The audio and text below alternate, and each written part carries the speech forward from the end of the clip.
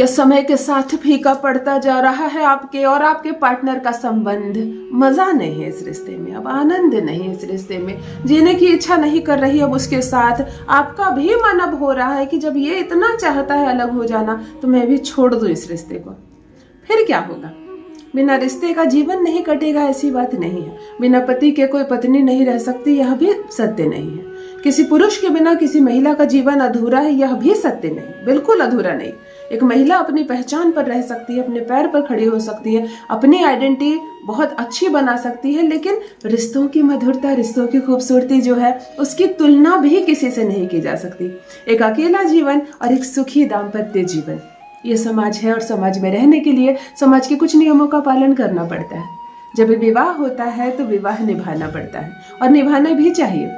विवाह हो, संतान हो, घर सुखी हो और एक महिला सुखी दाम्पत्य जीवन अपने पति के साथ, अपने बच्चों के साथ, अपने ससुराल में बिताए, यह भी एक बहुत ही सुखद पहलू है जो सुख हर महिला डिजर्व करती है। समय के साथ आपका रिश्ता कम हो रहा है, फीका हो रहा है, नीरसता की ओर जा रहा है और बिगड़ रहा है।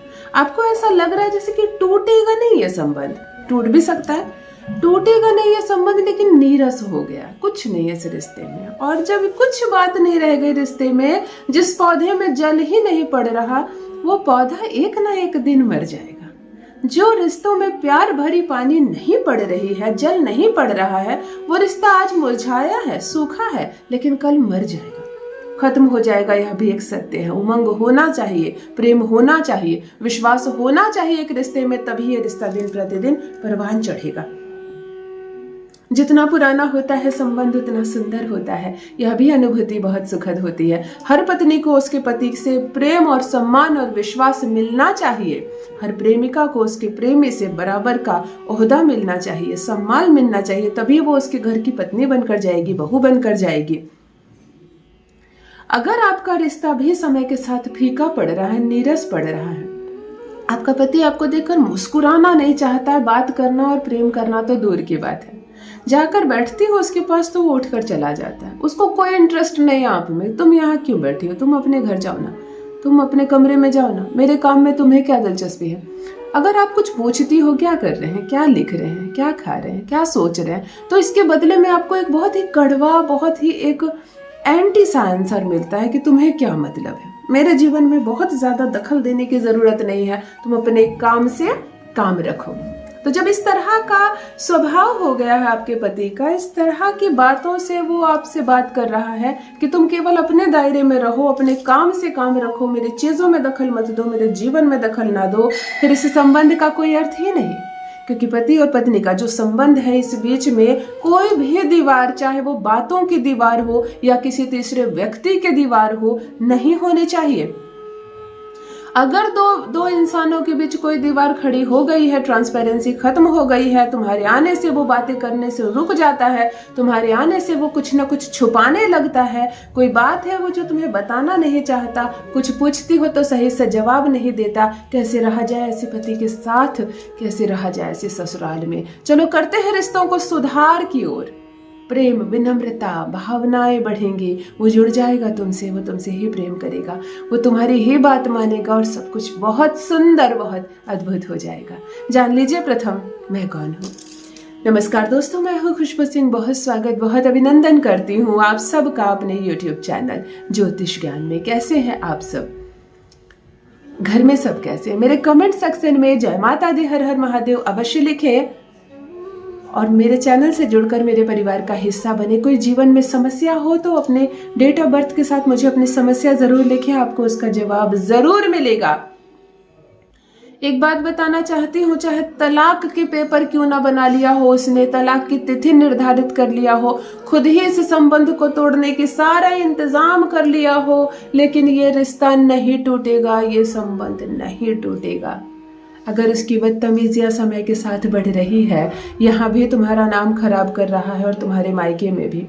तुम अपने मायके फोन करके बातें करती हो तो शक करता है कि हमारे घर की शिकायतें तो नहीं कर रही।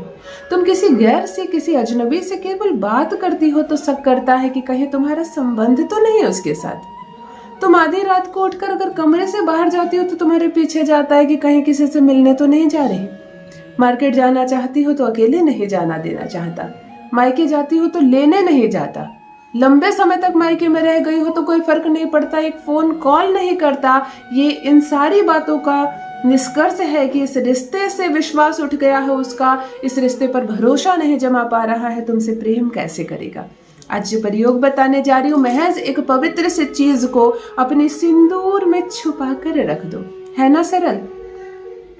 अपनी सिंदूरदानी में अगर इस पवित्र चीज को आप, जैसे मैं कहूँ, इस मंत्र के जप के साथ पवित्रता से छुपा कर रख देती हो और नियमित रूप से इस सिंदूरदानी से सिंदूर लगाती हो, तो ये रिश्ता सुधरता चला जाएगा। कितने दिनों में असर होगा? केवल 7 दिनों में यह चमत्कारिक चीज अपना असर शुरू कर देगा और 38 दिन इसका समय है, सीमा है। 38 डेज में चमत्कारिक रूप से आपको फल देगा। जो बात नहीं करना चाहता तड़पेगा दिन रात आपके लिए। रिश्ता सुधर जाएगा, संबंध सुधर जाएंगे और 2 लोग कभी एक दूसरे से अलग नहीं होंगे।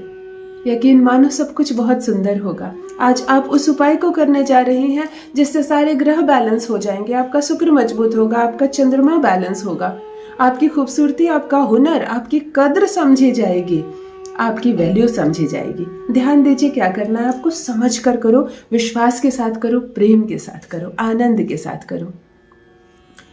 आपको किसी सुनार के दुकान में जाकर छोटी सी, बिल्कुल जितनी छोटी, आकर्षक और खूबसूरत चांदी का चंद्रमा बनवा लेना है। चंद्रमा, आधा जैसा चंद्रमा होता है ना, वैसे चांद।